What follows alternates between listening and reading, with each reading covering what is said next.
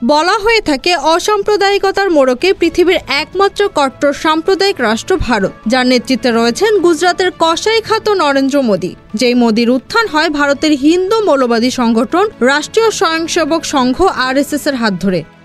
RSS এর ঘোষণা ছিল হিন্দুস্তানের অহিন্দুদের হয় হিন্দু সংস্কৃতি ও ভাষা অবলম্বন করতে হবে, নয়তো হিন্দু ধর্মকে ভক্তি শ্রদ্ধা করতে হবে। হিন্দু ধর্ম ছাড়া অন্য কোনো ধর্মকে মহিমান্বিত করার চিন্তা মাথায় স্থান দেওয়া চলবে না। তাদের হিন্দু জাতির প্রতি সম্পূর্ণরূপে অধীনস্থ থাকতে হবে। তারা কোনো অধিকার দাবি করতে, কোনো সুবিধা ভোগ করতে, এমনকি নাগরিক অধিকার পর্যন্ত পাবে না।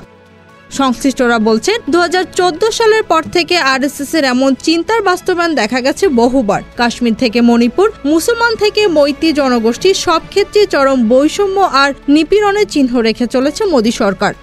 ভারতকে কাগজে কলমে ধর্মনিরপেক্ষ বলা হলেও বাস্তবে এটি একটি হিন্দু রাষ্ট্র হিসেবেই প্রতিষ্ঠিত হচ্ছে মোদীর জামানায়, যেখানে অন্যান্য ধর্মের লোকজনের পাশাপাশি হিন্দু নিচু বর্ণের লোকদের প্রতিও করা হচ্ছে কঠোর দমন পীড়ন। Z News, Dhaka.